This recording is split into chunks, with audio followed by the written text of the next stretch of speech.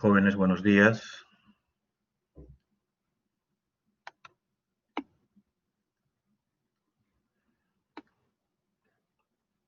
A ver, vamos a pasar lista rápidamente, ¿de acuerdo?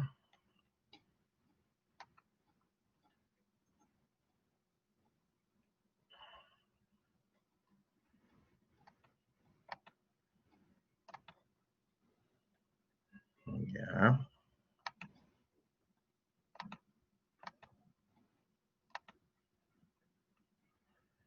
Ya, tengo 25. ¿No hay más? Somos 25. ¿De acuerdo? Ya. Ok. Bien, el día de hoy vamos a ver el cursillo de trastornos del agua y del sodio. Bien.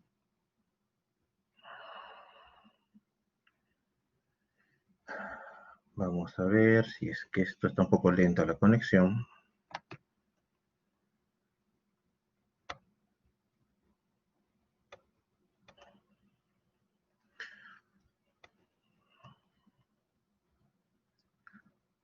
Un favor, ¿quién de ustedes es su delegado con quien probablemente vamos a hacer podemos hacerle llegar algún tipo de... Ok, Luis Antonio, tú eres el delegado, ¿de acuerdo? Sí, doctor, buenos días. Buenos días, Luis. Ya, entonces probablemente haya alguna bibliografía o alguna cosa que hacerles llegar y va a ser a través tuyo que se les puede entregar a tus compañeros, ¿de acuerdo? Sí, doctor. Ya. Le dejo mi número, doctor. Está demorando, perdón. Le dejo mi número, mi correo, no sé. Sí, me mandas tu número de tu correo. Ya, ok. Está demorando un poco en cargar la presentación. Entonces vamos a empezar. Vamos a conversar hoy día de trastornos de agua y sodio. Entonces, como ustedes, acá está ya creo. Listo. A ver, ya está.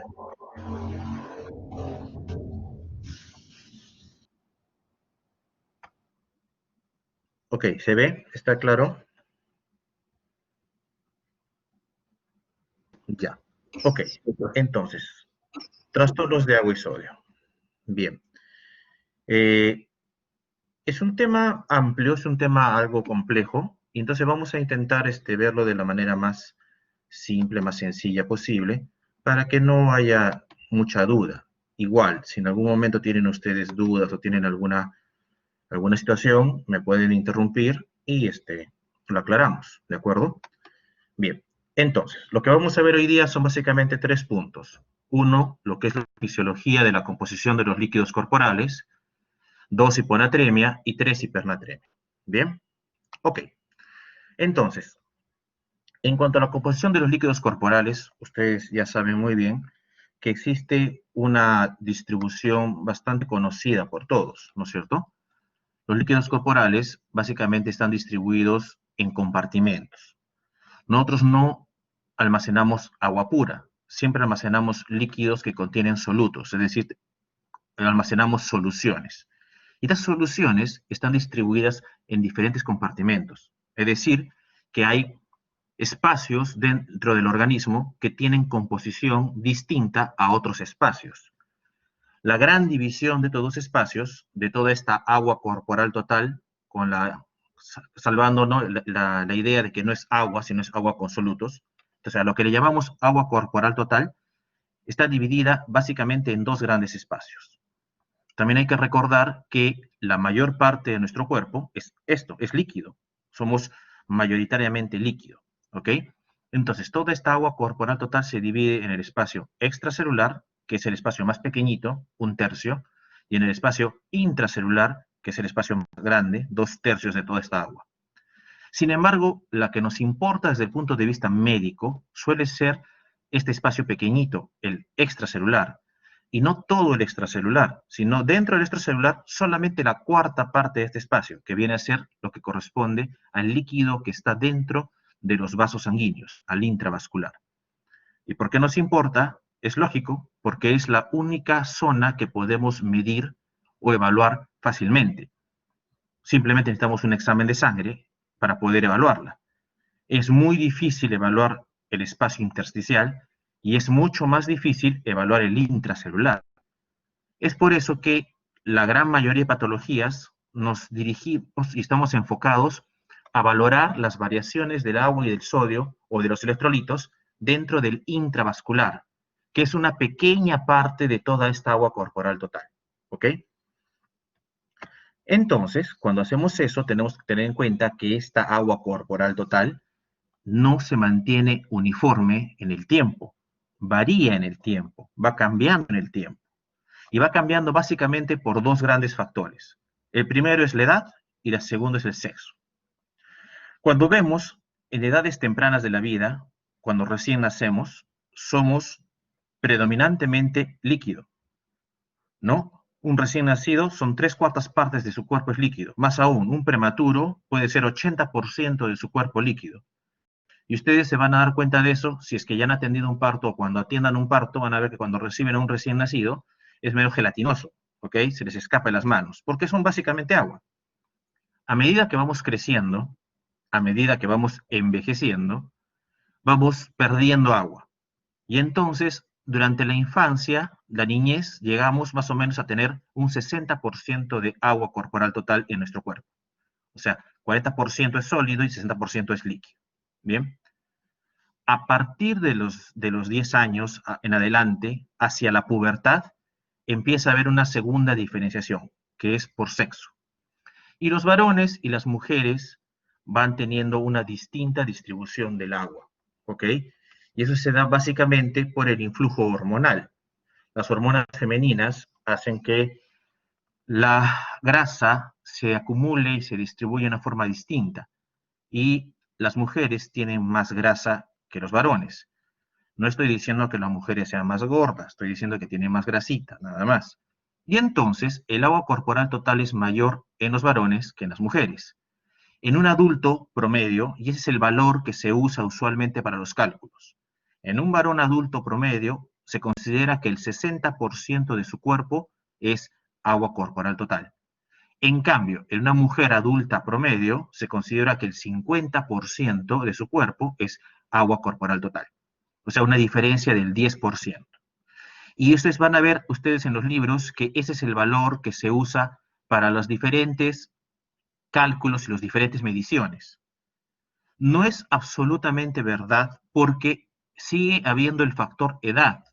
Y en adultos mayores, por encima de los 50, de los 60 años, perdón, el agua corporal total disminuye en ambos sexos. Además, las mujeres ya pierden el influjo hormonal que tenían antes porque ya pasaron la menopausia. Y entonces sigue disminuyendo. Y se considera que en adultos mayores el agua corporal total en un varón es 50%, como en una mujer joven, y en mujeres es 45%. Sin embargo, en la mayoría de libros de medicina interna, ustedes van a encontrar que no se usa estos factores para el cálculo. Y se usa usualmente el factor de 60% para varones y 50% para mujeres. ¿Ok? Entonces, no les sorprenda que eso se usa de forma rutinaria, aunque no es exactamente lo correcto. Bueno, entonces, tenemos el agua corporal total, pero como les decía, el agua corporal total no está uniforme en todo el organismo, varía dependiendo del espacio. Y los espacios están normalmente en constante cambio, en constante renovación, ¿ok? A pesar de que hay un cambio y una renovación constante, las concentraciones en cada espacio son muy constantes, ¿ok?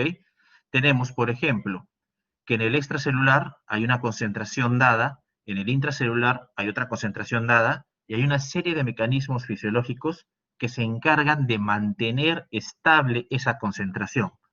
Es importante que esa concentración esté estable porque permite que las células y los procesos biológicos se den en forma normal.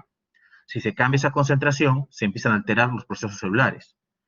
Y aquí, como ustedes recordarán, básicamente uno puede ver que el electrolito predominante y abundante en el extracelular, el catión predominante va a ser sodio. En cambio, el catión predominante y abundante en el intracelular es potasio. ¿ok? Y así van variando algunos electrolitos en concentración. Esto se da a pesar de que haya grandes pérdidas o ganancias de líquido y de electrolitos. Entonces, existen mecanismos finos de control y básicamente lo que van a controlar es que se mantenga una concentración de sodio o natremia y una osmolalidad plasmática muy estrechas, muy estables. ¿Ok? Tanto así que el sodio ustedes conocen que se mantiene en un rango de 135 a 145 miliequivalentes por litro. Y la osmolaridad plasmática entre 280 y 290 milosmoles por kilogramo de agua. Bien. El órgano que está principalmente y fundamentalmente relacionado a este equilibrio es el riñón, que se encarga de comandar también otros tipos de controles, pero básicamente el riñón es el órgano por excelencia que se encarga del control de líquidos y electrolitos. Bien, y cuando este equilibrio por alguna razón no se puede conseguir, no se puede mantener, entonces se dan los trastornos de agua y sodio que vamos a ver hoy día. Bien, entonces, ustedes van a ver que normalmente tenemos un recambio porque uno ingiere agua, ¿no es cierto? Uno pierde agua por vía respiratoria, uno va a perder agua por vía digestiva, uno va a perder agua por la piel, uno va a perder electrolitos por vía urinaria, electrolitos también por vía digestiva. Entonces, todo este mecanismo de ingresar y perder agua y electrolitos está finamente equilibrado y controlado, básicamente por el riñón en la producción de la orina. Y vamos a tener entonces que las concentraciones plasmáticas son muy estables. Solo para recordarles que cuando hablamos de electrolitos séricos, utilizamos un tipo de unidad que no utilizamos en nuestro medio para otras cosas. Ustedes van a ver que cuando hablamos en nuestro medio de concentraciones, cuando hablamos, por ejemplo, de glucosa, de proteínas, de bilirrubina, etcétera, casi siempre hablamos de miligramo por decilitro o gramo por decilitro, ¿ok? Pero cuando hablamos de electrolitos, hablamos de milequivalentes por litro. ¿Y por qué hablamos de milequivalentes por litro? Porque es la única forma de darse cuenta cómo se va a estar dando el equilibrio. Si ustedes ven arriba la suma de cationes y abajo la suma de aniones, si hiciéramos la sumatoria usando como unidad de medida miligramos por decilitro, veríamos que hay mucha mayor cantidad de aniones, básicamente por la gran cantidad de proteínas que tenemos. Y eso es inexacto, porque los seres humanos estamos eléctricamente equilibrados, somos electroneutros desde el punto de vista de iones. Entonces, cuando ustedes hacen la sumatoria de los milequivalentes de aniones y cationes, se van a dar cuenta que da lo mismo, misma cantidad. Y es por eso que se usan estas unidades para hacer los cálculos que vamos a ver a continuación. ¿Bien? Entonces, ¿cómo se da un trastorno de agua y por ende un trastorno de sodio? ¿Ok? Yo me atrevería a decir que no existen prácticamente trastornos de sodio, casi todos son trastornos de agua. ¿Ok? Y ahora voy a explicar por qué. ¿Por qué digo eso? Fisiológicamente tenemos lo siguiente. En condiciones normales, como les decía, el organismo se encarga de mantener la osmolalidad plasmática en un rango muy estrecho y estable, 280 a 290. Si por alguna condición X disminuye la osmolalidad plasmática, rápidamente el organismo responde con dos mecanismos de defensa. Primero, se suprime la sed y se libera hormona antidiurética. De tal manera que, de esta manera, debería evitarse la dilución del plasma, se produce una orina diluida y se controla el problema. Cuando no se controla el problema, justamente ahí se da hiponatremia. En el otro extremo, si por alguna razón X se incrementa la osmolalidad plasmática, el organismo debería responder aumentando la sed, liberando hormona antidiurética, ¿ok? Y con esto intenta producir una orina concentrada, recuperar agua, diluir el plasma para volverlo a su normalidad. Cuando este mecanismo, otros mecanismos, no logran su cometido, se da la hipernatremia. ¿De acuerdo? Vamos a verlo a continuación con más detalle para que lo entienda más claramente. Pero la idea es la siguiente. Solo se da hiponatremia o solo se da hiponatremia cuando los mecanismos de defensa, de compensación del organismo son superadas o no funcionan bien. Y les decía que son trastornos más de agua que de sodio en este caso, porque es lo que se ve en la vida real. Ustedes van a ver que los cambios de la natremia se van a dar principalmente porque cambia el agua corporal total y en menor cuantía porque cambia la cantidad total de sodio del cuerpo. Veamos los ejemplos que están en la diapositiva. Vean a la izquierda. Si ustedes ven en la izquierda, hagamos de cuenta que esta es una concentración normal de sodio en un volumen de agua. ¿Ok? Hagamos de cuenta que esto es lo normal, una natremia normal. En el gráfico del medio, ustedes ven que ha aumentado el volumen de líquido, pero no ha aumentado la cantidad de moléculas de sodio. Siguen siendo las 8 mismas que había en la izquierda. Pero como ha aumentado el volumen de líquido, esto es considerado como una hiponatremia. No hay menos sodio, pero hay más agua, y al haber más agua, se mide una concentración menor de sodio, y eso es una hiponatremia. O si vamos al gráfico de la derecha, acá se ha perdido volumen de agua, pero sigue siendo la misma cantidad de moléculas de sodio. Pero como hay menos volumen de agua, la concentración de sodio es mayor y se va a traducir como hipernatremia. Si se dan cuenta, en ninguno de los tres gráficos hay una diferencia en cantidad de moléculas de sodio. Lo que varía es el volumen en el cual están distribuidas o diluidas. Y esto es lo que sucede muchas veces en el organismo. El trastorno principal es una variación del agua corporal total, y eso nos hace ver diferentes concentraciones de sodio, aunque no necesariamente el sodio es el que haya variado en cantidades importantes, ¿de acuerdo? Casi siempre varían ambos, pero el agua es el que más varía y es el que más nos lleva a trastorno. Entonces, cuando hablamos de los trastornos de agua y sodio, es importante,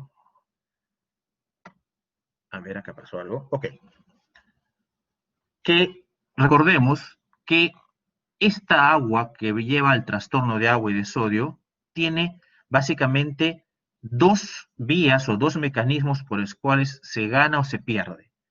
El agua se gana básicamente por el estímulo de la sed. Cuando a uno le falta agua, nos da sed, tomamos agua y eso recupera nuestra cantidad de déficit. Y el agua también se puede ganar o se puede perder por la regulación renal a nivel de los túbulos. Y el riñón se encarga de producir orina diluida u orina concentrada, dependiendo de cuáles sean las necesidades.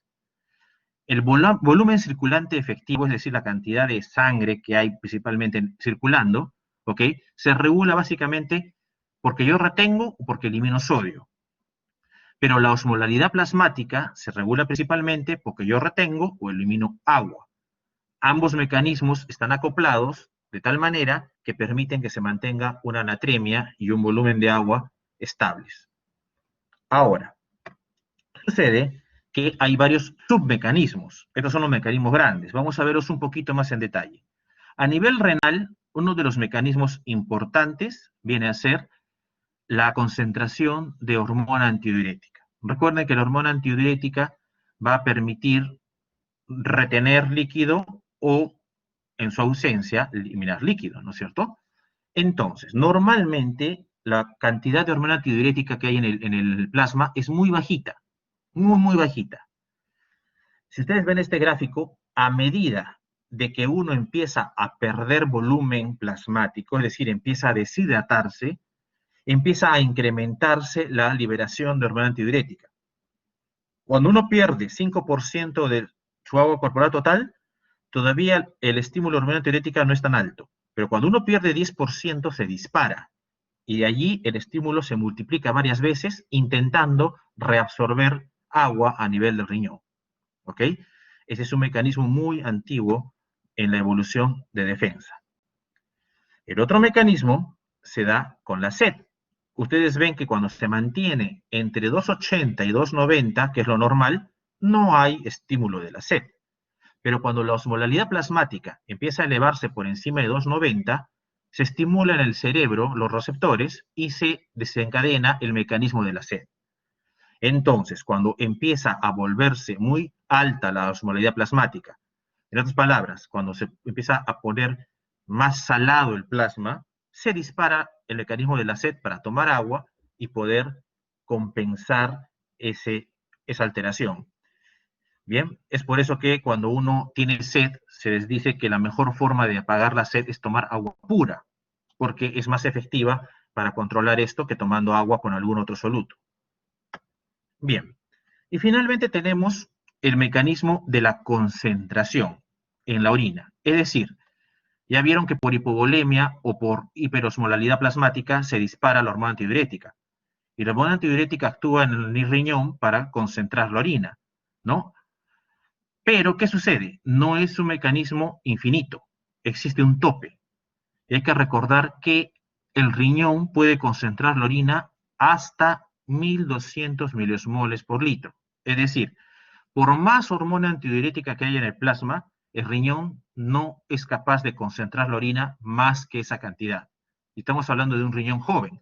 Los riñones ancianos todavía pueden tener una concentración menor. ¿Ok? Es decir, que cuando la alteración, el trastorno, supera el mecanismo de concentración de la orina y supera el mecanismo de tomar agua por sed, es cuando entonces se va a dar un trastorno de agua y sodio. Bien, estos mecanismos están integrados en esta gráfica, la cual van a poder revisar después. Bien, ahora, sabiendo que la osmolaridad plasmática es importante para poder hacer el diagnóstico, lo correcto sería medirla, ¿ok? Pero en la vida real es muy difícil medir osmolaridad plasmática, porque en la mayoría de laboratorios no se mide, y en laboratorios donde se mide es caro, no es práctico, etc. Entonces, una forma sencilla de poder, digamos, salvar esta dificultad de no tener la medición de la osmolaridad es calcularla, ¿ok? Y el cálculo de la osmolaridad plasmática es sencillo, es una fórmula conocida por todos, donde básicamente se usa dos variables, sodio y glucosa. Y se le puede agregar la urea o el nitrógeno ureico. Sin embargo, no es un osmol efectivo en condiciones normales. O sea, que en condiciones comunes y corrientes ustedes podrían calcular la osmolaridad plasmática simplemente multiplicando el sodio plasmático por 2 más la glucosa plasmática. Pero como esta fórmula fue ideada para unidades internacionales, que son milimol por litro, nosotros en nuestro medio tenemos la glucosa en miligramos por decilitro. Entonces, para nuestro medio, la fórmula sería 2 sodios más la glucosa entre 18, para igualar las unidades. Y si van a usar el boom con la urea, en nuestro medio no usamos usualmente boom, tenemos urea. Entonces, igual, para transformarlo en milimol a las miligramos por decilitro que usamos acá en nuestro medio, sería urea entre 6. Entonces, la fórmula que utilizamos usualmente en nuestro medio es 2 sodios más glucosa entre 18 más urea entre 6. Y eso nos da la osmolaridad estimada o calculada. Bien. Rara vez van a tener boom, pueden usar cualquiera de los dos, o boom o urea, ¿ok? Pero urea es más común. Y como les digo, si es que no es un paciente que tenga retención nitrogenada, no tenga falla renal, podrían quedarse solamente con 2 sodios más glucosa sobre 18. Y es válido también ese cálculo. Bien. Ok. Ahora, si pudieran medirla, genial, pues la miden, pero como les digo, no es común poder medirla. Y con esos conceptos básicos vamos a ver el primer trastorno, que es hiponatremia. ¿De acuerdo? Bien. La hiponatremia, como ustedes conocen, es la disminución del sodio por debajo de su nivel normal. Y su nivel normal es de 135 a 145. Entonces, cualquier valor por debajo de 135 es hiponatremia. Y clásicamente se le divide en leve, moderada y severa. Esa es una división clásica que ahora ha sido un poco discutida, debatida, como vamos a ver. Bien, leve de 130 a 134, moderada de 125 a 129 y severa menor de 125. ¿Cuál es la discusión? Vamos a ver que hay pacientes que tienen menos de 125 y no están severamente comprometidos. Se les ve a los pacientes y están tranquilos, sin mayor molestia. Es por eso que hay un grupo de autores de origen europeo que dicen que es más apropiado llamarlo leve, moderada y profunda, y guardar el término de severo a aquel paciente que tenga una patología, un cuadro clínico de disnatremia severo en su presentación. ¿Ok? Vamos a hablar después para que quede un poquito más claro. Pero ese sería un cambio simplemente de nomenclatura.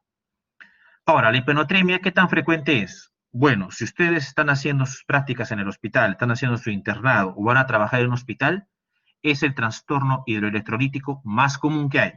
De todos es el más frecuente, ¿de acuerdo? Hiponatremia más o menos se presenta en una cuarta parte de pacientes hospitalizados. En cambio, en forma ambulatoria, en el consultorio externo, en una posta, no es muy común. Es un trastorno relativamente raro. Bien. La gran mayoría de pacientes con hiponatremia que van a ver cursan con hiponatremia crónica, es decir, hiponatremia de curso largo y prolongado. Y para términos hidroelectrolíticos, se considera hiponatremia o hipernatremia crónica cuando tiene más de 48 horas de presentación.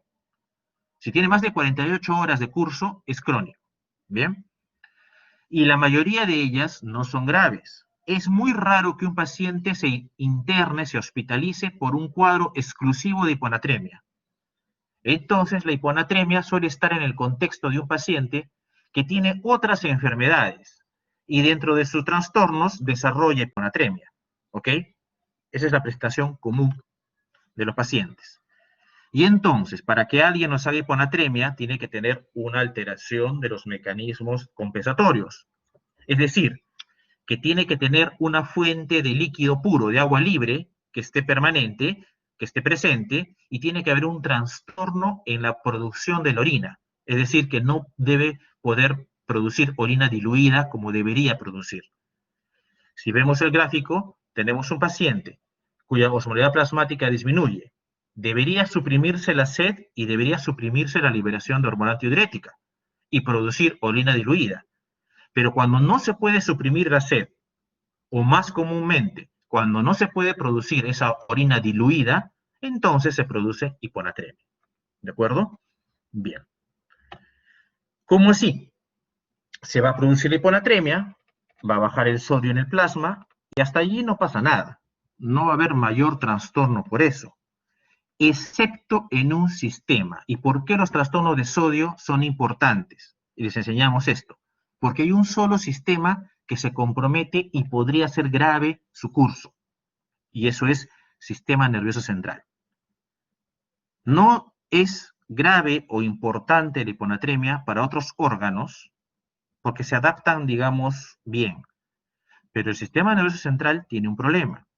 El cerebro está metido en una caja, que es el cráneo. Entonces, ¿qué sucede cuando hay una hiponatremia? La osmolaridad del plasma disminuye.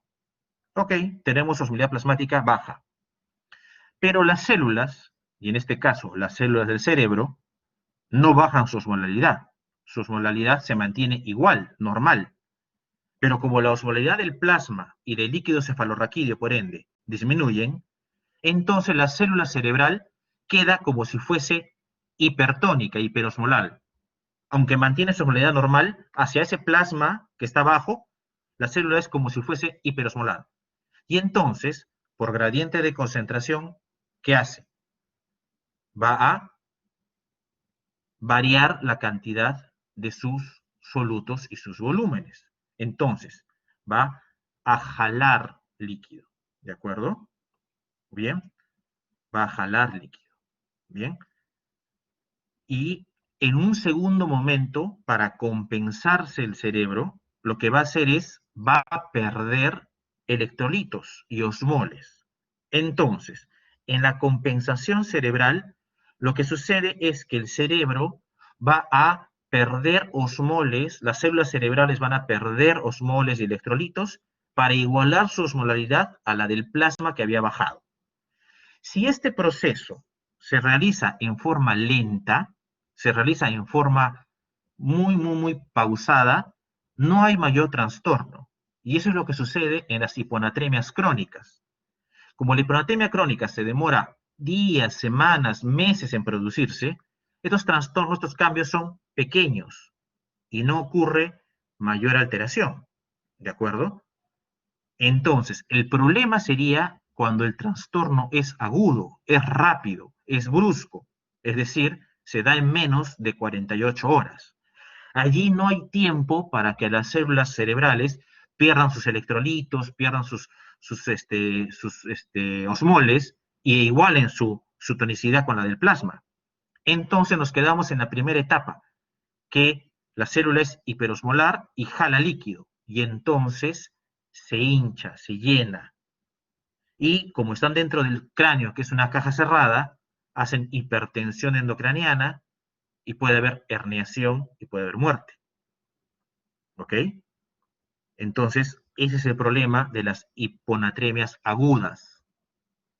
Las crónicas, felizmente, tienen eso. El problema de las crónicas no está en el trastorno mismo, sino está en el tratamiento que le puede dar un médico que está mal entrenado en manejar trastornos de sodio y agua. Llega el paciente, tiene 125 de sodio y entonces el médico se asusta y dice, uy, tiene mucha hiponatremia y hay que manejarlo. Y sucede que si ustedes le corrigen rápidamente el sodio plasmático, van a tener el efecto inverso de la hiponatremia aguda. ¿De acuerdo? Entonces, si ustedes les subieran rápidamente en el tratamiento el sodio plasmático de 125 a 140, lo que sucede es que van a hacer que el plasma se vuelva hipertónico a la célula cerebral. Y entonces la célula cerebral va a perder líquido, va a perder volumen y se va a dar un problema que se llama la desmielinización osmótica. Esto es un trastorno serio, grave e irreversible. ¿Ok? Y terminan produciéndole un daño irreparable al paciente. Entonces, la corrección de los trastornos de sodio tiene que ser lenta, muy lenta, justamente para evitar los cambios bruscos y darle tiempo al cerebro que gane o pierda los electrolitos que necesita para mantener su tonicidad intracelular similar a la del plasma. Nunca se corrige ni la hiponatremia ni la hipernatremia en forma brusca, a menos que ustedes tuvieran la absoluta certeza de que es un trastorno agudo, y eso casi no se sucede. La gran mayoría de veces vamos a ver trastornos crónicos, ¿ok? Tendrían que estar absolutamente seguros que es agudo para hacer una corrección rápida. ¿Bien?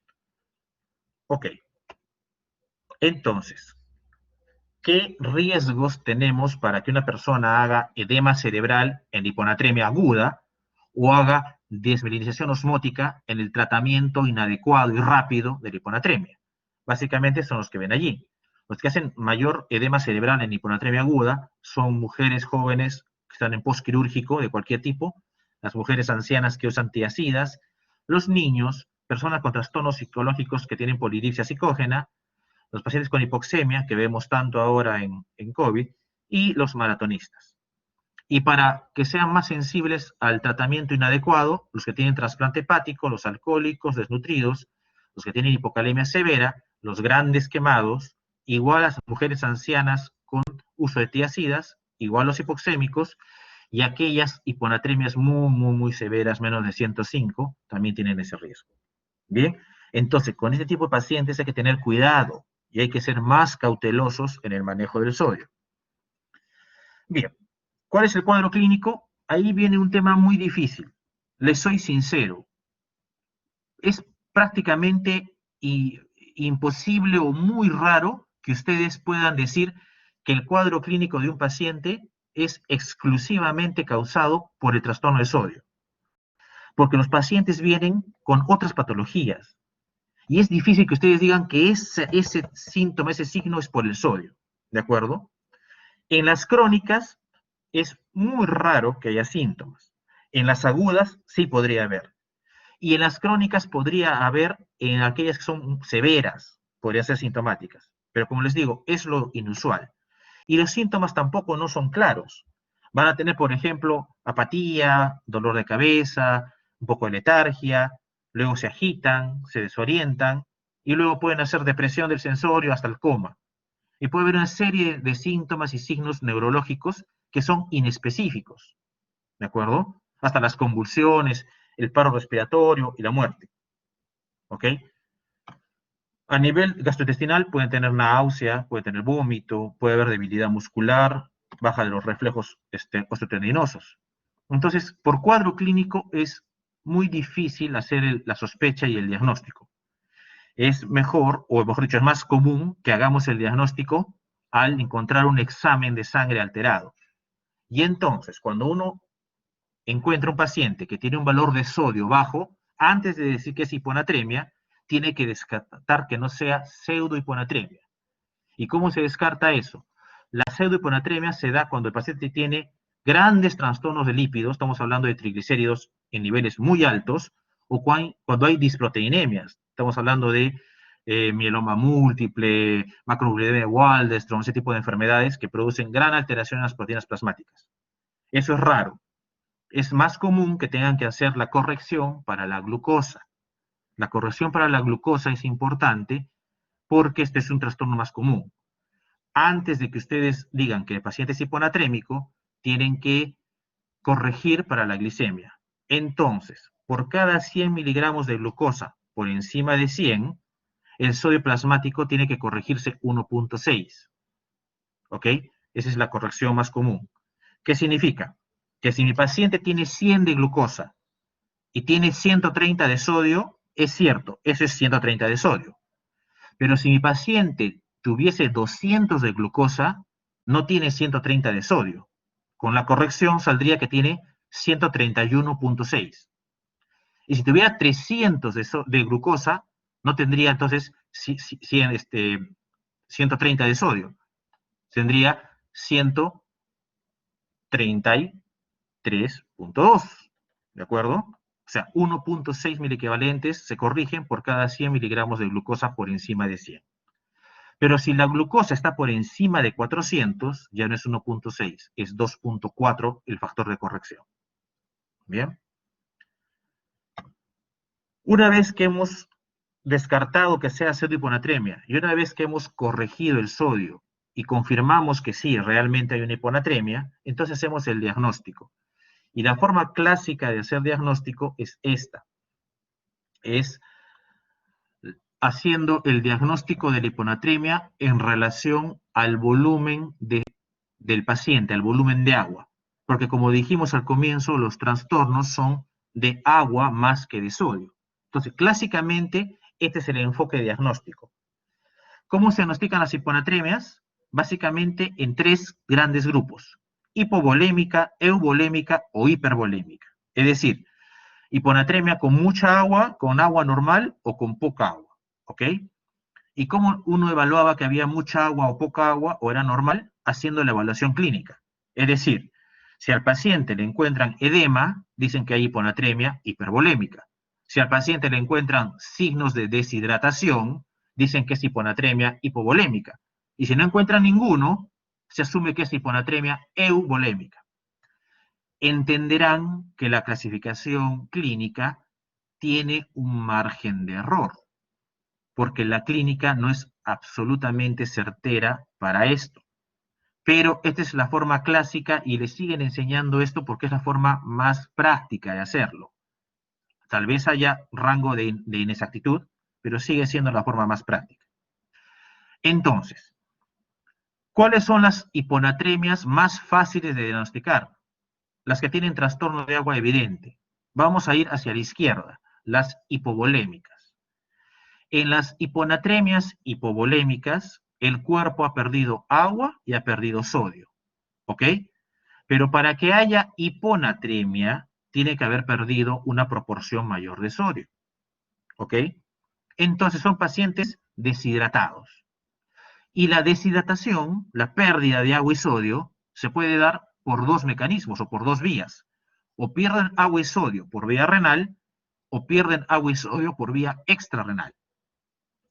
El diagnóstico más sencillo es el extrarrenal, porque el paciente va a referir en la historia que tiene vómitos, tiene diarreas, o es un paciente que ha tomado laxante, o tiene, por ejemplo, una ileostomía, una yenostomía que ha empezado a hacer flujo alto, ¿ok? Es lo más común. O podrían tener pacientes que tengan un tercer espacio, por ejemplo, un ileodinámico, una pancreatitis, ¿ok? Gran ascitis, derrame pleural. y rara vez van a tener grandes quemados, ¿no? Grandes quemados o un paciente con fibrosis quística. Entonces, de lejos, lo más común es que el paciente hiponatrémico, hipovolémico, sea uno que ha tenido pérdidas por vía digestiva y la historia clínica los va a llevar a esa sospecha. En el otro grupo, los pacientes que tengan hiponatremia hipovolémica por pérdidas renales, de lejos, lo más común es que sea por el uso de diuréticos, ¿ok? Lo más común es que sea un paciente que usa diuréticos y por eso pierde sodio, pierde agua, se deshidrata y hace hiponatremia. Mucho menos frecuente es un paciente que tenga una enfermedad de Addison o que tenga ya trastornos raros como la nefropatía pierde sal, que es una cosa muy extraña, o el síndrome pierde sal cerebral, son cosas muy raras. Tal vez lo que podrían encontrar es un paciente que usa diuréticos no comunes, como las tiazidas, sino, por ejemplo, diuréticos o sustancias que sirven como diurético, como por ejemplo la persona que tiene gran glucosuria, o pacientes a veces que tienen, por ejemplo, un traumatismo encefalocraneano y el neurocirujano le da manitol, ¿ok? O pacientes que tengan bicarbonaturia, que funciona como si fuese un osmótico y hace diuresis osmótica. Pero, como les decía, en general, la principal causa de lejos de hiponatremia hipovolémica con pérdidas renales es el que usa diuréticos. ¿Bien? Ok. Si la historia clínica no los ayuda del todo para hacer la diferencia, lo que podrían hacer es utilizar la medición de sodio urinario, que ya es posible hacerla en la mayoría de hospitales y lugares. Antes era más raro, ahora prácticamente hay en todos lados. Si ustedes miden que el sodio urinario es bajo, uno asume que son pérdidas extrarrenales. Bajo me refiero a menos de 20.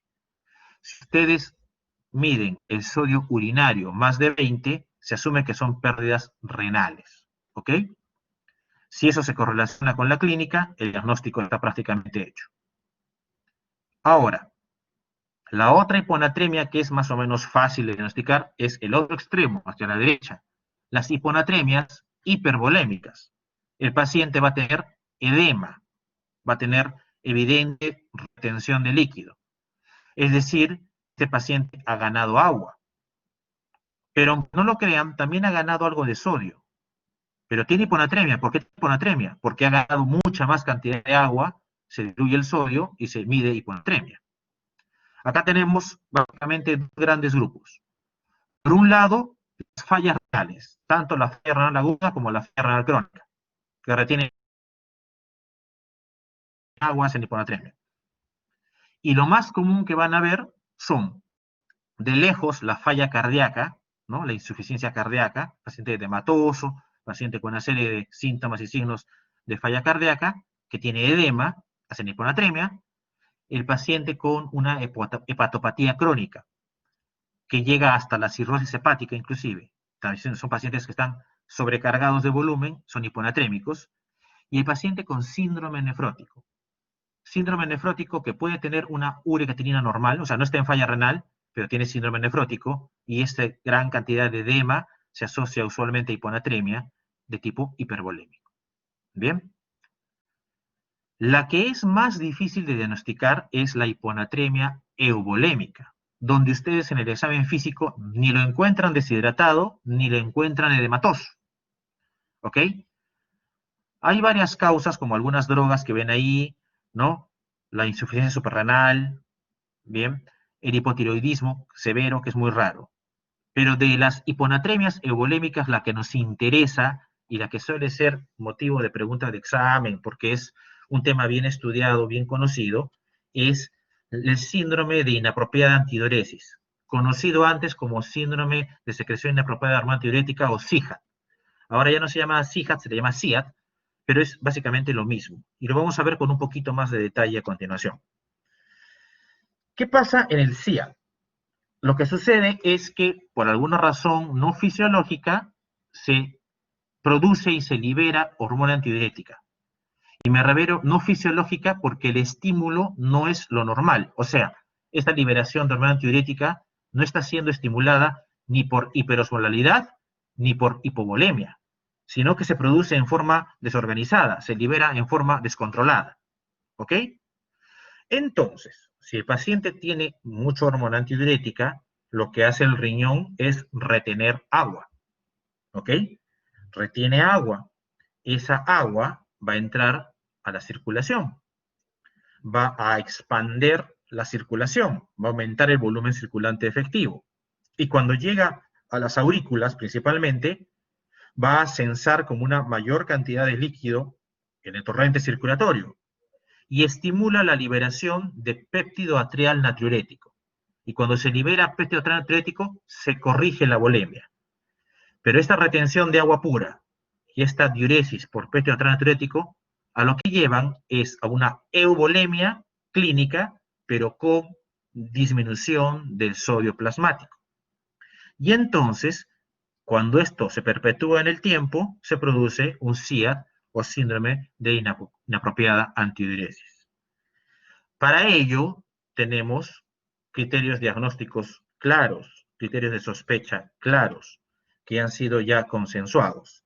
Los esenciales son los siguientes. Tienen que tener una hiponatremia verdadera, es decir, que la osmolaridad sérica tiene que ser menor de 275. ¿Ok? Segundo, que la orina no está totalmente diluida, es decir, que la osmolaridad urinaria está a más de 100. Tercero, el paciente clínicamente no luce ni deshidratado ni tiene edema, es euvolémico clínicamente. Cuarto, este paciente no tiene otra patología que explique el cuadro, es decir, no tiene insuficiencia suprarrenal, no tiene hipotiroidismo severo, no tiene ningún problema en la glándula pituitaria y no tiene falla renal. Y por último, este paciente no debe haber usado diuréticos recientemente. Si cumple esos criterios, ese es un síndrome de inapropiada antidiuresis. Además, podrían ver los criterios suplementarios que están allí, pero son más complicados de medirlos y no son necesarios para hacer el diagnóstico. Los criterios esenciales son suficientes. Si tienen esto, entonces ustedes tienen elementos suficientes para decir que la hiponatremia euvolémica de su paciente es un cuadro de inapropiada antidiuresis. Y entonces tienen que echarse a buscar las causas. Y el conocido SIHAT tiene básicamente 3 causas importantes. O son neoplasias, o son infecciones, ¿de acuerdo? ¿Ok? Eso es importante, o son drogas. Son los 3 grandes grupos de causas de SIHAT. Neoplasias, infecciones o drogas. Y usualmente que afecten 3 sistemas. O afectan los pulmones, o afectan el sistema nervioso central, o es una infección en estos 2 lugares. Entonces, ¿qué van a encontrar? Van a encontrar principalmente pacientes con neoplasia pulmonar, paciente con infección pulmonar crónica, o paciente con neoplasia cerebral, o con infección cerebral, o con drogas que actúen a nivel del cerebro. Y allí van a encontrar la mayor cantidad de causas de síndrome de inapropiada antidiuresis. ¿Ok? Esa es la forma más común de llegar al diagnóstico. Encontrando un paciente con hiponatremia euvolémica que cumple el criterio de SIAD, ir a buscar la neoplasia que no es evidente, que está oculta usualmente, ir a buscar la infección que no es evidente, o ir a buscar el uso de drogas que pueden asociarse a SIAD. Bien. Ahí tienen la lista de las drogas que más se asocian al uso de SIAD y pueden ver que hay drogas que son raras y hay drogas que son de uso común. ¿Ok? Hay drogas que son raras como por ejemplo narcóticos, como por ejemplo ifosfamida, ¿no? Pero hay drogas que son comunes como por ejemplo el acetaminofén, que si ustedes no recuerdan cuál es el otro nombre de acetaminofén, les recuerdo que acetaminofén es paracetamol. ¿Ok? Bien. Entonces hay que buscar drogas ahí.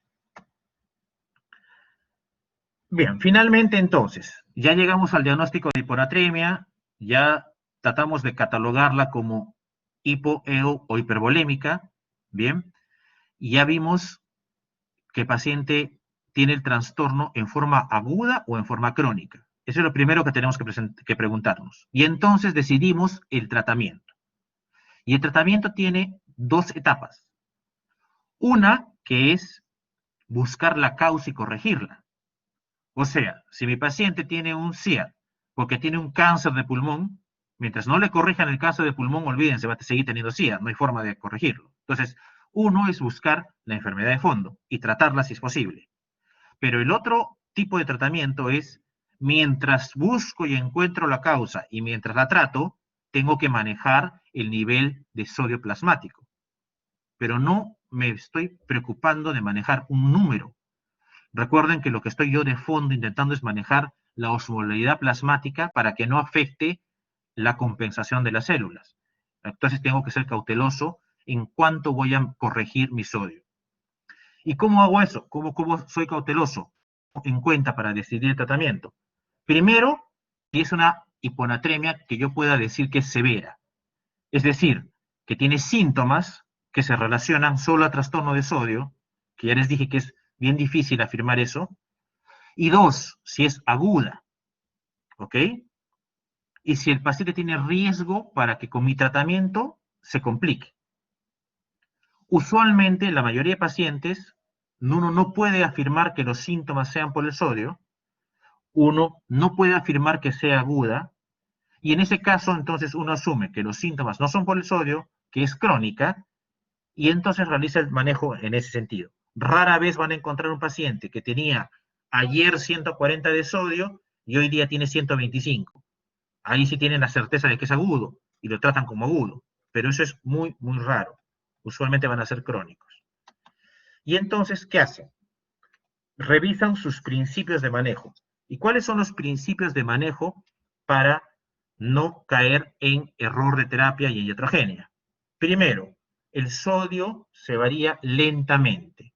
Lo ideal, a menos de que sea un cuadro severo, es que ustedes lo varíen a una tasa menor o igual a 0,5 milimol por hora. ¿Ok? Y en las primeras 24 horas no deberían variar más de 8 y máximo 10 milimoles. Y en las primeras 48 horas no deberían variar más de 18 milimoles la concentración sérica del plasma, del sodio. ¿Ok? Es decir, que si tengo un paciente que tiene 120 de sodio, en teoría, yo las primeras 24 horas no debo llevarlo más allá de 128. Y en caso extremo, hasta 130 como tope. ¿Ok? No más de 8 a 10 las primeras 24 horas. ¿Y cómo varío este sodio de 120 con el que empecé con mi paciente? Si no hay ninguna situación de gravedad, a medio milimol por hora. Es decir, la primera hora lo subiré de 120 a 120 y medio. La segunda hora, 121. La tercera hora, 121 y medio. La cuarta hora hasta 122. Y así, etcétera. ¿Me entienden la idea? ¿Ok? Lento y bajo monitoreo. Es decir, que yo no puedo llegar 8 de la mañana, paso visita a mi paciente, o si tiene 125 de sodio, ya, indiquémosle la corrección, hacen los cálculos, y ok, se olvidaron del paciente hasta el día siguiente para pasarle de nuevo la visita. No, cuando uno corrige trastorno de sodio, tiene que monitorizar a su paciente. ¿Por qué? Porque los cálculos que hacemos no son exactos, son aproximaciones. Y entonces lo correcto es tomarle controles durante la terapia para ajustarla si no está yendo como habíamos planificado. Y eso puede suceder. Entonces no se dejan indicaciones para 24 horas y se olvidan del paciente. Hay que tener un control más cercano con este tipo de pacientes, tanto con laboratorio como con la clínica. Entonces, recuerden, si no cumplen esos parámetros, pueden terminar produciendo el síndrome de desmineralización osmótica, que es un cuadro neurológico severo, grave, ¿ok? Cuyo principal componente de daño es a nivel del puente, en el sistema nervioso central. Y eso va a producir que el paciente pueda tener mutismo, disartria, pueda tener paresias, puedan llegar a tener cuadriparesia espástica, ¿ok? Alteración motora, trastorno sensorio, neuropatía de pares craneales, neuropatía periférica, ataxia, convulsiones, coma y se les puede morir inclusive, ¿ok? O puede quedar secuelado para toda su vida. Es por eso que hay esos parámetros de corrección lenta, son parámetros de seguridad para ustedes mismos. ¿Bien? Este es el algoritmo de manejo de la guía europea que lo pueden leer, si no tienen la guía se las puedo pasar yo, donde básicamente hay dos cosas. Van a ver que casi todo es manejo de hiponatremia crónica. Solo hay un caso muy particular que es la hiponatremia severa, al comienzo, acá a la izquierda, que es el paciente que tiene hiponatremia aguda, confirmada, con síntomas, o hiponatremia crónica, cuyos síntomas se asuma que son por la hiponatremia y que suelen ser valores muy bajos de sodio. En ese caso, es la única justificación para hacer una corrección rápida de inicio y se le administra bolos de cloruro de sodio al 3%, que es hipertónico, para intentar sacarlo del grado de severidad, de gravedad. ¿Ok? Cuando hagamos prácticas, les voy a explicar con más detalle cómo hacer eso. Pero les digo, es la única indicación para hacer corrección rápida. Todos los demás escenarios, la corrección es lenta, como les estoy explicando. Y entonces, cuando evaluamos al paciente, también tenemos que evaluar cómo está su hidratación. Y en el paciente que tiene trastorno de sodio y está deshidratado, deben recordar que además se debe corregir siempre el déficit de volumen. O sea, ustedes no pueden corregir sodio sin corregir el déficit de volumen. ¿Ok? Y en pacientes hiponatrémicos, usualmente vamos a corregir el déficit de volumen con solución salina isotónica, o sea, 0,9%. ¿Bien? Y una vez que hemos repuesto el volumen, hacemos nuevamente controles de sodio para terminar de corregir lo que falte del sodio. Bien, si seguimos esos parámetros, la mayoría de veces vamos a tener una corrección lenta y apropiada para el paciente. Hidratan a su paciente, toman controles y luego corrigen el sodio. Bien, ¿con qué lo hidratan? Con cloruro, solución salina, pero también podrían utilizar, si tienen a la mano, solución de Ringer, poligelina o Plasmalite, ¿no? De las tres, casi la única que pueden encontrar acá en nuestro medio es poligelina, porque Ringer es bien difícil de encontrar y Plasmalite también muy difícil de encontrar. Bien. Mientras tanto, en forma paralela, tratan de descubrir la causa del trastorno para pararlo, para corregirlo. ¿Y cómo sabemos cuánto vamos a corregir del sodio? ¿Cómo vamos a calcular una vez que está hidratado el paciente?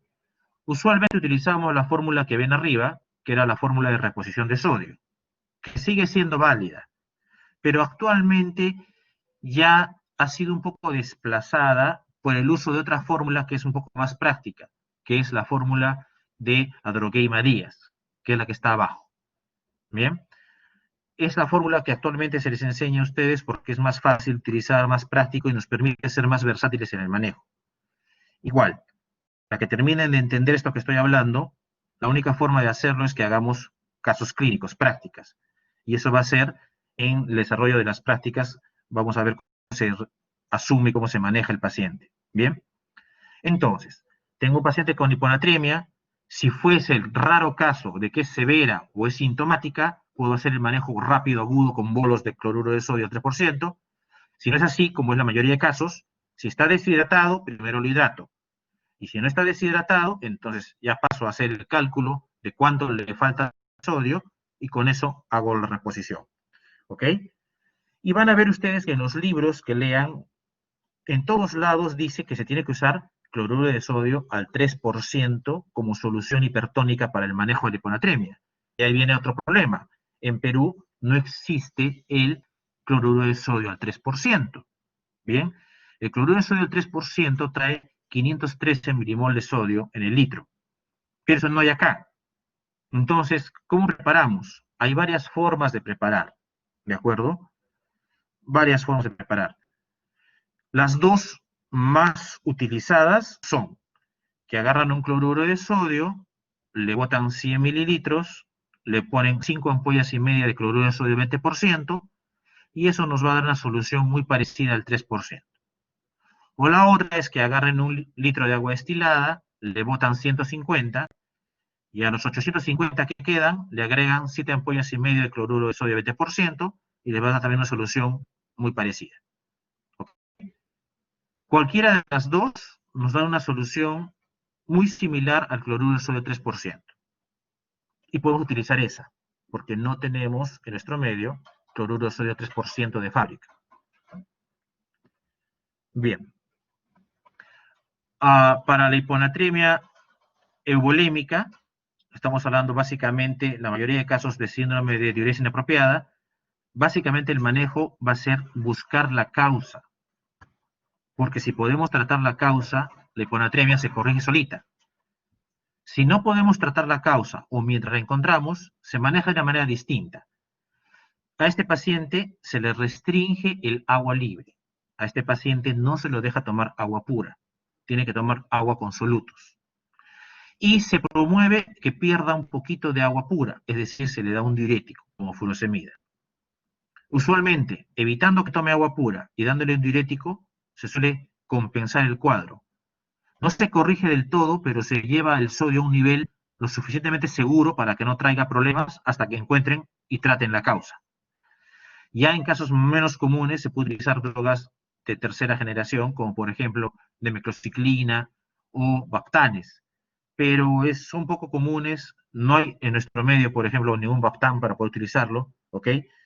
Felizmente, como les digo, la mayoría de pacientes responden a restricción de agua y a el uso de diurético. Y en el caso de que tengamos hiponatremia hipervolémica, el manejo es obvio. Si es una hiponatremia hipervolémica, el manejo va a ser con diuréticos. Le dan diurético al paciente, el diurético va a ayudar a botar el exceso de agua y el sodio va a mejorar o se va a corregir. Bien. Finalmente veamos hipernatremia, que es casi lo contrario a lo anterior. Hipernatremia, por definición, es el incremento de sodio por encima de 145. Clásicamente se le también clasificaba en leve, moderado y severo. Leve de 146 a 150, moderado hasta 151 y severo más de 155.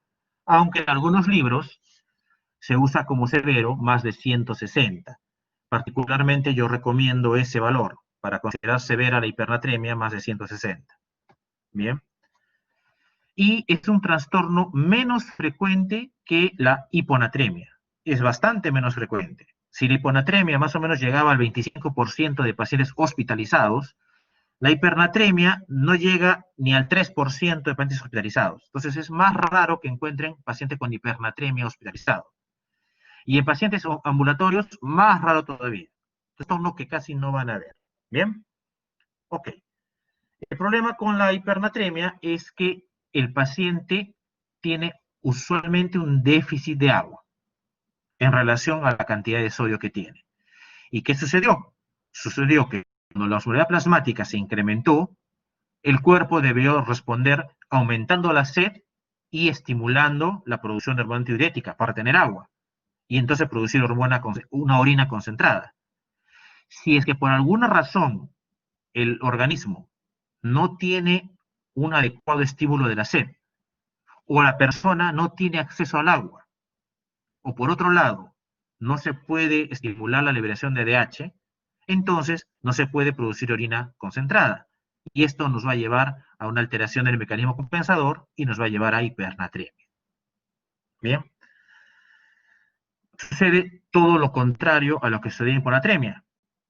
Igual sufre el cerebro como principal órgano, pero al revés.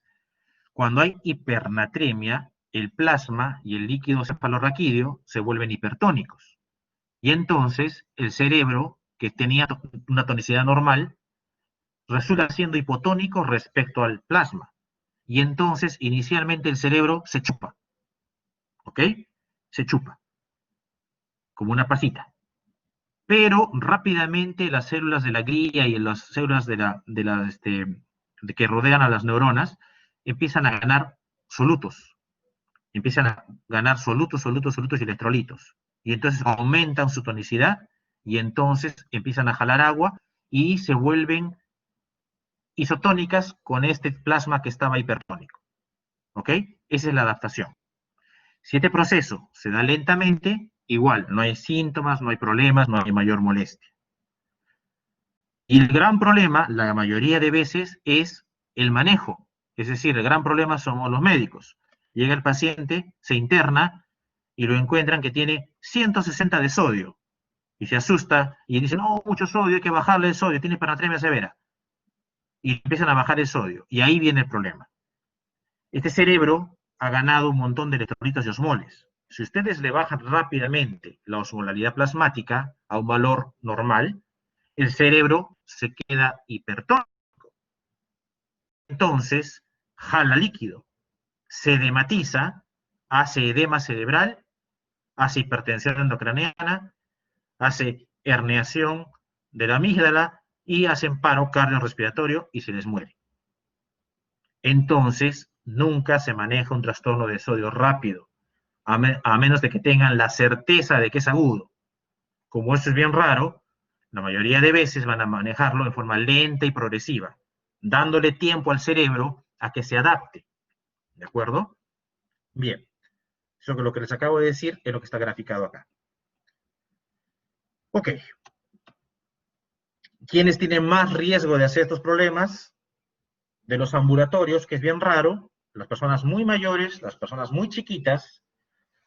¿Por qué? Porque tanto los pacientes muy mayores como los muy pequeñitos tienen dificultad para acceder al agua.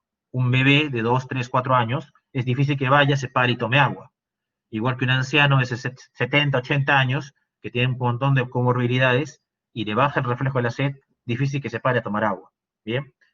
Igual las personas con un estado mental alterado, que tienen bajo estímulo de la sed, la diabetes no controlada y las poliurias no controladas también son factor de riesgo. Y en los hospitalizados, más está derivado al tratamiento médico.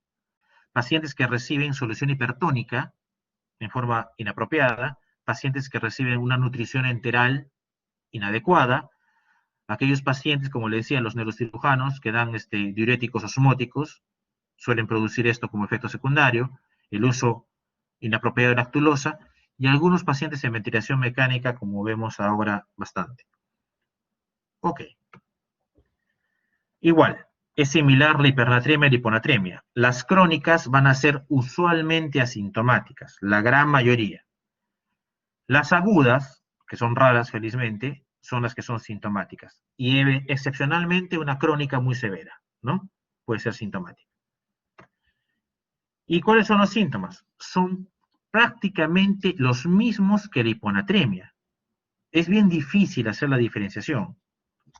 Tal vez en la hipernatremia se ve un poco más de accidentes cerebrovasculares hemorrágicos, básicamente. Entonces, por clínica, es muy poco probable que alguien sospeche que tiene hipohipernatremia. Va a ser usualmente porque encuentran un examen alterado. Y entonces, no van a tener una correlación clínica de nivel de sodio con síntomas. Eso no existe. Bien, más aún, las personas muy ancianas tienen menos síntomas y usualmente presentan alguna alteración cuando sus niveles de sodio plasmático son muy altos, por encima de 160. ¿Ok? Entonces, la clínica no es muy útil en ese sentido. ¿Qué hacemos para hacer el diagnóstico de nuestro paciente con hipernatremia? Acá no hay que descartar la pseudohiponatremia, no es como eso. Acá de frente todas las hipernatremias son verdaderas, porque todas las hipernatremias implican que el sodio está alto. Entonces se puede hacer lo mismo, clásicamente valorarlas de acuerdo al nivel de volemia, como hipernatremias hipovolémicas, euvolémicas o hipervolémicas, bajo los mismos criterios clínicos. ¿Qué causa una hipernatremia hipovolémica? Y ahí viene lo gracioso del tema. Son las mismas causas prácticamente de la hiponatremia. Es decir, el paciente con hipernatremia hipovolémica ha tenido pérdida de agua y también pérdida de sodio. Ustedes dirán, pero ¿tiene hipernatremia? Sí, pues tiene hipernatremia. ¿Pero ha perdido sodio? Sí, ha perdido sodio. ¿Y por qué tiene hipernatremia? Porque ha perdido más agua. Y como ha perdido más agua, queda la concentración alta. Y es lo mismo. Náuseas, vómitos, diarreas, laxantes, fístulas, ostomías, quemaduras. O sea, ¿se dan cuenta? Y en pérdidas renales, otra vez, el diurético. ¿Ya? Los diuréticos. Tanto los diuréticos que usamos para tratamiento de enfermedades, los diuréticos osmóticos, o el paciente, por ejemplo, que tiene una obstrucción, un problema de próstata, le ponen la sonda y empieza a orinar un montón, esa es una diuresis osmótica, ¿bien? O paciente que tiene falla renal aguda, por necrosis tubular aguda, y está en la fase de recuperación y tiene poliuria osmótica. Entonces, a veces el cuadro clínico no es totalmente claro, podría ayudarse con el sodio urinario, tal como está allí, menos de 20 por litro sería pérdida extrarrenal, más de 20 por litro, pérdida renal. La otra hipernatremia es la hipernatremia hipervolémica, que es algo muy, pero muy raro. No creo que lo vean, ¿de acuerdo? Y si lo ven, va a ser bastante característico, porque se relaciona a patologías bien claras. Estamos hablando de un Cushing totalmente descompensado, estamos hablando de un hiperaldosteronismo primario, ¿de acuerdo? Que son patologías bien específicas. Muy raro sería que vean un paciente que han dializado y le han hecho una diálisis con sodio alto por algún motivo, puede darse. Y más raro es un paciente que tenga un pésimo tratamiento o que se haya autoadministrado tabletas de cloruro de sodio, de bicarbonato, ¿ok? O que haya recibido por vía endovenosa cloruro de sodio hipertónico de forma inapropiada. Sería iatrogenia total. O sea, es bien raro ver a alguien con hipernatremia hipervolémica, ¿ok? Hipernatremia euvolémica es más o menos frecuente. Se ve cuando hay las diabetes insípidas, tanto centrales como nefrogénicas, ¿ok? Se ve cuando hay, por ejemplo, una gran cantidad de pérdidas insensibles, pacientes que tienen polimnia, que tienen, por ejemplo, diaforesis, ¿ok? Y se ve en los pacientes que hacen tercer espacio o que hacen pérdidas al intracelular. Se ve, por ejemplo, en las convulsiones, en la radiomiólisis, pacientes que son deportistas que hacen ejercicio severo, no acostumbrados a un nivel alto, etc. Entonces, en conclusión, la hipernatremia es un cuadro mucho menos frecuente y con patologías no muy comunes que se ven en la práctica. Igual, si tuviesen hipernatremia hipovolémica, el tratamiento es hidratar al paciente. Siempre se corrige el déficit. Dependiendo de su estado hemodinámico, podrían hidratarlo con solución salina al medio normal, o sea, 0,45%, pero si el paciente está deshidratado y tiene inestabilidad hemodinámica, está medio chocadito, lo hidratan igual con cloruro de sodio normal, al 0,9%, hasta lograr la euvolemia. Una vez que está hidratado, hacen lo mismo, calculan, pero esta vez ya no es el déficit de sodio, van a calcular el déficit de agua. Ya sea con la fórmula clásica o tradicional, que es la que tienen ahí, o lo que ahora se estimula que ustedes aprendan, que es la fórmula de Adroguema-Díaz. ¿De acuerdo? Calculan cuánto de agua le va a faltar a este paciente y se le administra. ¿Bajo qué parámetros? Básicamente lo mismo. No se debe variar más de 0,5 milimol por litro por hora, no más de 8, máximo 10 las primeras 24 horas. Es lo mismo. ¿Ok? No varía eso. Y además aquí hay que buscar, también en hiponatremia, pero aquí sobre todo es más común que busquemos administrar el agua libre por vía no endovenosa. O sea, si el paciente tiene la posibilidad de tomar agua por vía oral, hay que darle agua por vía oral. Es bastante efectivo. ¿Ok? Si no, le damos por vía endovenosa. Bien. Una vez que estamos corrigiendo el trastorno de sodio, no se olviden que en paralelo tenemos que tratar de buscar y corregir la causa. Y entonces hay que suspender lo que está haciendo que tenga mayor aporte de sodio o al revés, parar la pérdida de agua. Entonces siempre hay que buscar dentro de la terapéutica que este paciente no reciba ningún tipo de agente hipertónico, ¿ok? Bien, hay que ver cómo se llama, si es que el paciente responde al manejo. Si es que es un caso de un paciente que no responde al manejo a pesar de nuestra terapia, tanto en hiponatremia como en hipernatremia, podría darse hemodiálisis, ¿ok? Principalmente si hay insuficiencia renal. Pero la diálisis en este caso son indicaciones bastante poco frecuentes, pero podría llegarse a eso. El pronóstico de hipernatremia no es muy bueno. Es un trastorno poco frecuente, pero los estudios que se han hecho al respecto sí demuestran que los pacientes con hipernatremia tienen una mayor mortalidad, principalmente en hipernatremia severa. ¿Bien? ¿Ok? Y se ha visto más o menos que ellos tienen un mayor riesgo de mortalidad, hasta el 75% más de mortalidad por encima de 160 milimol por litro cuando es diagnosticado. ¿Bien? Y en hipernatremia crónica, la mortalidad es 10% mayor. Entonces, Un paciente con hipernatremia suele ser un paciente que tiene comorbilidad, suele ser un paciente de manejo un poco complicado y suele ser un paciente que tiene mayor riesgo de fallecer, principalmente si ustedes no lo manejan apropiadamente. Y yo espero que después de este resumen puedan ustedes tener los principios básicos para poder manejar apropiadamente a su paciente. Bien, preguntas. Hablen ahora, callen para siempre.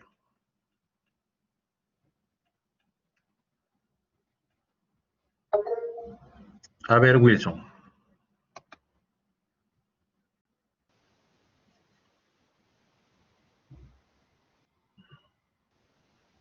Habla, Wilson.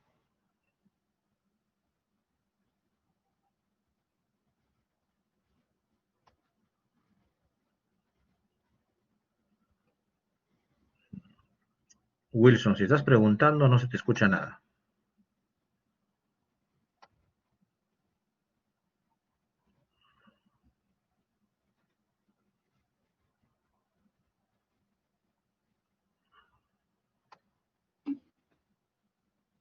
No, no se te escucha.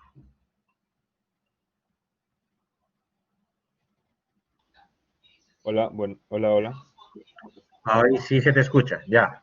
Bueno, sí, doctor, buenos días. Mi pregunta era que si el paciente está recibiendo tratamiento con diuréticos y presenta hiponatremia, ¿tendría que cortarse el tratamiento o simplemente ya dependiendo administrarle así sodio como está diciendo final? Depende. ¿De qué estamos hablando? ¿De hipo o de hipernatremia? Es una hipo, no, doctor. Ya, es más común. Y segundo, ¿tu paciente está hidratado o deshidratado? Ah, está deshidratado, doctor. Ya, si está deshidratado, definitivamente no puedes seguirle dando diuréticos. Tienes que suspenderle los diuréticos. Sí o sí. ¿De acuerdo? Si estuviese sobrehidratado, entonces la mayoría de veces tú vas a seguirle dando el diurético. ¿Ok? O sea, hiponatremias de pacientes que usan diuréticos. ¿Quién? Vas a ver que usualmente son los cardiópatas, ¿no? El que tiene falla cardíaca, los hepatópatas crónicos y algunos nefrópatas. De lejos eso es lo más común. ¿Ok? La otra posibilidad es que alguien que empezó a tomar diuréticos por alguna razón y te hace hiponatremia. Ese que estaba normal y te hace hiponatremia usando diuréticos es el que se deshidrata, pues. Entonces hay que suspender el diurético. Pero en el otro caso, que sea alguien hipervolémico, que usaba diuréticos y está hiponatrémico, usualmente es porque la dosis de diurético está mal y hay que aumentarle el diurético. Entonces, en pocas palabras, mi decisión de usar diurético va a depender más que del nivel de sodio, del estado de hidratación del paciente.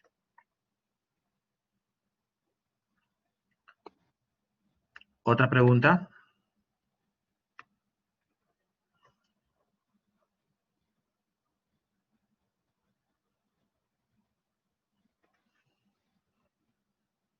¿No hay más preguntas? Si no hay más preguntas, significa que han entendido todo perfectamente o no han entendido nada. Y entonces, me voy a dar cuenta de eso mañana en las prácticas. Mañana tenemos práctica. No sé si con todos ustedes o con la mitad de ustedes. ¿Dónde está el delegado? Doctor, con el grupo 1, 2 y 3. Ya, ok. Entonces, pongámonos de acuerdo. Vamos a hacer práctica mañana porque